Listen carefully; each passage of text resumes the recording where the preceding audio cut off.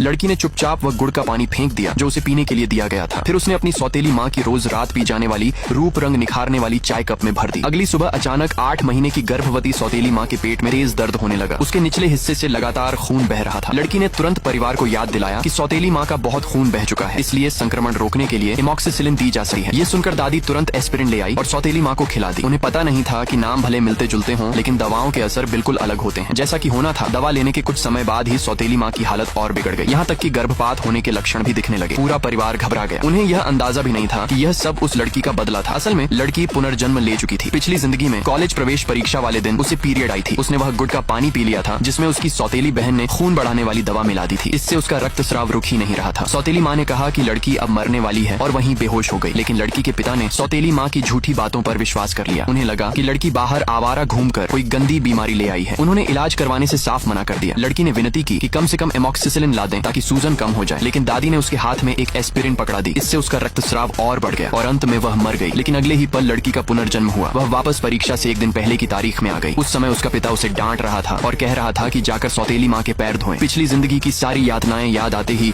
लड़की ने निर्णय लिया, इस बार वह कभी झुकेगी नहीं। उसने पिता से कहा कि अगले दिन उसकी परीक्षा है, इसलिए उसे पढ़ाई करनी है। लेकिन सौतेली माँ की फुसलाहट में आकर पिता बोला कि वह एक नालायक छात्रा है और सिर्फ किसी साधारण तकनीकी स्कूल में ही जाएगी। तभी लड़की ने मौका देकर शर्त लगा दी, अगर मैं किसी मशहूर विश्वविद्यालय में दाखिला ले आऊं तो माँ का छोड़ा हुआ घर मेरे नाम कर देना। पिता ने गुस्से में आकर शर्त मान ली। लेकिन सौतेली माँ और सौतेली बहन जानती थीं कि लड़की पढ़ाई में अच्छी है। घर बचाने के लिए उन्होंने उसी रात सोचा कि लड़की के गुड़ वाले पानी में खून बढ़ाने वाली दवा मिला देंगे ताकि वह परीक्षा तक पहुंच ही न सके। लेकिन लड़की उनकी चाल पहले ही समझ चुकी थी। उसने गुड़ का पानी फेंक कर उसकी जगह सौतेली माँ की सौंदर्य छाए रख दी। सौतेली बहन को दोनों पेय के रंग में फर्क समझ नहीं आया और उसने वही खून बढ़ाने वाली दवा गलती से सौंदर्य छाए में मिला दी। अगली सुबह चाय पीते ही सौतेली माँ के शरीर से खून बहना शुरू हो गया और लड़की की चाल में फंसकर दादी ने उसे एस्पिरिन भी खिला दी। इससे हालत और गंभीर हो गई। तभी डॉक्टर पहुंचा। उन्होंने पूछा कि क्या गर्भवती महिला ने कोई ऐसी चीज खाई है जो खून का संचार तेज करती हो। सौतेली माँ बोली कि उसने सिर्फ अपनी निर्दोष सौंदर्य छाए ही पी है। तभी लड़की ने सबके सामने कहा, मैंने कल रात सौतेली बहन को चाय में कुछ मिलाते हुए देखा था।